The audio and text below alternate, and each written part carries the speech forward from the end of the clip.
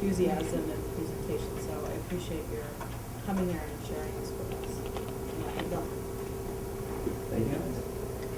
I have a motion to approve the trip for the Model United Nations Club. Have a second? Second.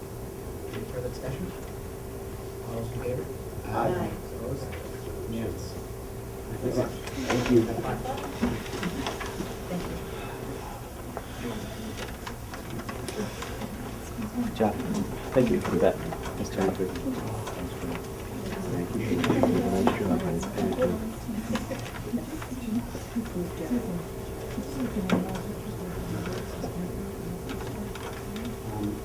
Thank you, Mr. Lopez.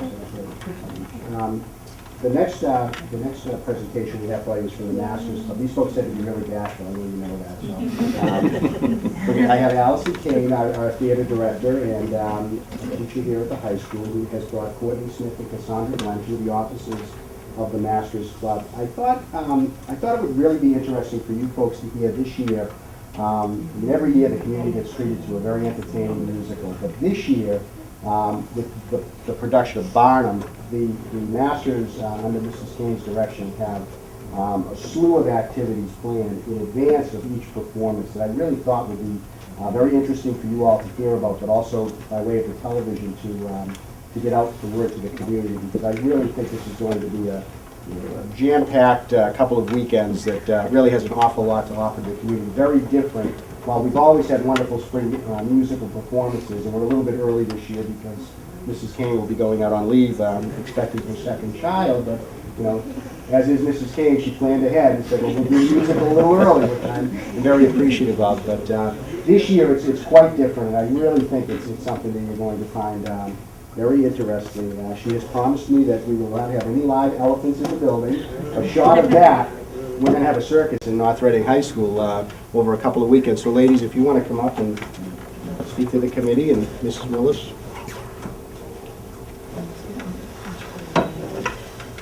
Hi.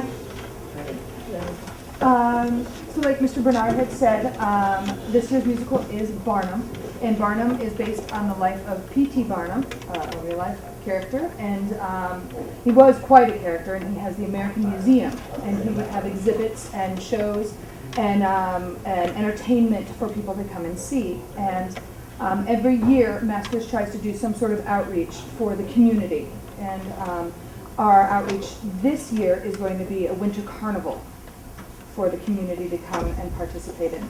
And I'm going to let my two officers, Cassandra Glenn is my president of Masters, and Courtney Smith is my vice president. They're going to speak to you a little bit about it and some of the ideas that we have going on this winter. Okay, hi, I'm Courtney Smith, and this year we are looking to do a carnival before each show. We have 5 shows scheduled, and 4 hours prior to the show, we're going to have a carnival, which Cassandra's going to talk about in a little bit. But in addition, we like to have a daytime performance as part of the enrichment programs for the other schools in the district. And we think this is really important because in the Massachusetts framework, it says how grades K through 12 should observe a live performance. And this gives the perfect opportunity. The kids come in. This year we're doing, starting at grade 3 and going up to the high school, which is new for us this year. And we have a daytime performance where we just perform a small segment of our show, and after the show the kids get to have a talk back where they get to ask questions about what goes on behind the scenes, some elements of the show that they're wondering about or that might have surprised them. And especially this show is going to be really unique because some of our actors are taking classes at Simply Circus, which is a circus company out of Newton, Massachusetts, and they're learning some really, really awesome things. We have kids taking trapeze classes, Lyra, which is this big hoop that kids are learning to contort their bodies into different positions, and we have a tightrope, which Barnum will walk across. So it's going to be really cool to see the feedback from the kids, both our peers in the high school and the younger kids. So they'll get to experience theater at a different level, which we're really excited about. As Courtney mentioned before, we will be having a carnival before each performance. It will begin 4 hours before the performance. In the past, we try to do an outreach such as this every year. In the past, we've done the Young Americans, which are a performing group that travels all over the country to all different schools. It's a cappella based on Ithaca College. And the reason we really try and do this is to give kids something a little more than simply seeing the performance and actually get a chance to go out and experience theater and see what we have the ability to do here at the high school. At this particular event, we're going to have games, everything from the classics such as can, knockdown, and cornhole, to things that are a little bit more unique. Like we're having a confetti dunk tank. You're all welcome to volunteer. We're looking at our staff volunteers. Mr. Bernard just actually, said- They've already got me. Already I'm volunteered. in. I'm in. So if you're interested in that, come see us. We'll have prizes, stuff, everything from stuff for little kids to stuff that we have donated for an older demographic. Lots of entertainment, food, and the event is free to the public. The tickets for the games will be $1 each, but everyone is free to come in and walk around and enjoy the atmosphere. There'll be entertainers, students doing magic tricks. They've taken balloon classes to tie up balloons. There's arts and crafts. There's tattoos. There's fortune teller, tarot cards. A little bit of everything for everyone. And some of the games will we're going to have cost $1, but a lot of it is just come and take pictures. And just like P.T. Barnum, the kids are making artifacts. P.T. Barnum used to take things and bones, for example, when people would die, and then he would take a bone of a monkey and of a fish and put them together and say he found a mermaid. So the kids are getting to be creative. They're getting to work with the ceramics teacher, and she's been awesome. She's been helping us out. The art department, both at the middle and high school, are going to have an art exhibit showcasing student work. The entertainers, the jugglers, the stilt walkers, the unicyclists will all be around, and that is just something fun and free for everyone to come and do. So we hope that everyone comes. It's 2 weekends worth, the last weekend in February, and then we skip a week. The first weekend in March we skip, as the students will be performing in state competition. And then we come back the second weekend in March and do the whole thing all over again. And kind of turn the place upside down, like we are apt to do, in a good way. Any comments or questions? I just want to say, we've always had a solid theater program, but Allison Kane has brought it up about 3 levels since she's been here. And the kids, the stuff they've done, the state performances, which I think are you doing that again this year? Yeah. Yes. So the state theater contest or competition and the musicals are just great. The wonderful costume sale we got to have when we couldn't store stuff anymore in the underneath the stage. But the theater program here is great, and they are, I was trying to think of the right way to say it, they are facilities challenged here at North Reading High School. And when you go to, when I was following them around last year for the state competition, and you go, or the year before, and you go to Newburyport High School, or you go to Brockton High School, where you think you're in a theater in the city of Boston. It's like 2,000 seats, and so they do a wonderful job with a limited amount of resources. Great leadership from Allison, and the kids are great. And this is the first time I've heard a student reference the MAST framework in all my 7 years on the school committee, so I thought that was pretty amazing also. But I really appreciate everything that Allison and the kids do, and they provide great entertainment for the community. And everybody should come and see that show, because the musicals here are great every year. And the other performances are great too. The musicals are just the most fun. I went to my first Maskers performance last year for Singing in the Rain, because my wife made me go. And it was the night the NCAA playoffs, and BC was playing, and I went, and I was just, had a bad attitude when I got there, and I was blown away by the performance. It was unbelievable. You were in that, right? What part did you play? I was a dancer. Okay, all right, but it was fantastic, it was tremendous. And I'll probably go again, as long as there's no basketball. It was fantastic. Yeah, Barnum. Yeah.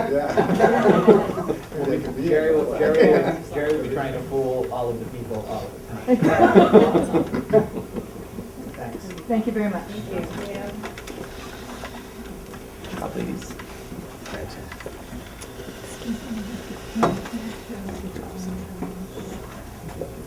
chalkboard. The next presentation I have tonight for you is Ms. Corrett, Ms. Caitlin Corrett, who's one of our science teachers here at the high school, a graduate of North Reading High School, who has been with us now for several years, does an outstanding job in the science department among a number of other great teachers in the department. I thought it would be interesting for you, Caitlin, if you'd like to come up. I thought it would be interesting, and Caitlin recently went on a professional development activity that she sought out on her own, no cost to the school district. In fact, we were even reimbursed for the cost of a substitute teacher to cover for the 2 days that Caitlin was out so that the classes could be taught. But I thought Caitlin has done things like this on her own on occasion, and I really thought it would be nice not only to highlight for you some of the work that our teachers go out and do, but also to kind of, in a sense, give Caitlin credit for and applaud her for taking the initiative to go out and seek out her own professional development activities to bring back to her students. This one that she attended recently was in Cambridge at the Biotechnology Institute, sponsored by Vertex Pharmaceuticals. So Caitlin would like to speak to you a little bit about what she experienced there, and I think it's probably going to highlight for you what she gained from that experience to bring back to our students. So Caitlin, thank you. Good evening. So I currently teach biology, zoology, and applied mathematics and science for the freshman seminar. And I had the honor of participating in this program. It's the Biotechnology Institute Scholars Program. And it is really a 3-day program. I had 2 days of orientation in December, where I worked with other teachers across the state and scientists. They paired us up with scientists from 2 pharmaceutical companies. And together for 2 full days, we basically looked at science curriculum. We looked at lesson plans. We looked at how science is taught across from K to 12. And we also specifically talked about and discussed ways in which we can bring biotechnology into the classroom, into lessons. I have for you just one sample lesson I've already done with my students, but I hope to do many others. This is a lesson where, it's kind of a common lesson where we extract DNA, but I think we worked with the scientists and we kind of made it we beefed up the lab a little bit, and we had kids in my freshman honors biology classes extract DNA from strawberries, cheek cells. I threw baking soda in there as kind of like the wrench in the mix to see if they can really, see that you can only extract DNA from living things. So I think the program really benefits me as a science teacher in that, in this particular case, I was a mentor. So I'm mentoring a teacher at Holbrook High School, and I'm working with her. She's in her 1st or 2nd year of teaching. And my role is really making sure that she implements this lesson with the scientist. The scientist actually gets to go to her classroom. I don't get the scientist because I'm a veteran. But I am eager to maybe even have her, invite her to our school system. She was interested in doing that, having her come and look at our labs, and their school, it seems like they have a lot less resources, even though we only have 1 lab. We're working with 1 lab right here. It seems like her school has even less. So I'd like her to come up and see what we do. And, I think programs like this, I've done the research experience for teachers for 2 summers at Northeastern University. That was similar to this. That was an 8-week program. But I think this is a shorter program. I hope that more of my colleagues do something like this, because it allows myself to make sure that I'm keeping my students on pace with what other kids are learning across the state. I think that it makes me aware of, more relative ways that I can bring real life application into the classroom. Specifically in this case, obviously biotechnology, that's huge, that's a big industry right now, but also just STEM, engineering, these are hot topics right now that we need to make sure that these kids are getting exposed to them. And I think this program, like many of the other programs I've participated in, are just constantly keeping that bug in my ear, making sure that I am keeping that in my lessons. So I also have a teacher that was also in the program. She works at the engineering school in Hyde Park, and she wants to kind of build a relationship between our biology students, somehow get kind of my students to mentor hers and vice versa. So I'm kind of in the process of working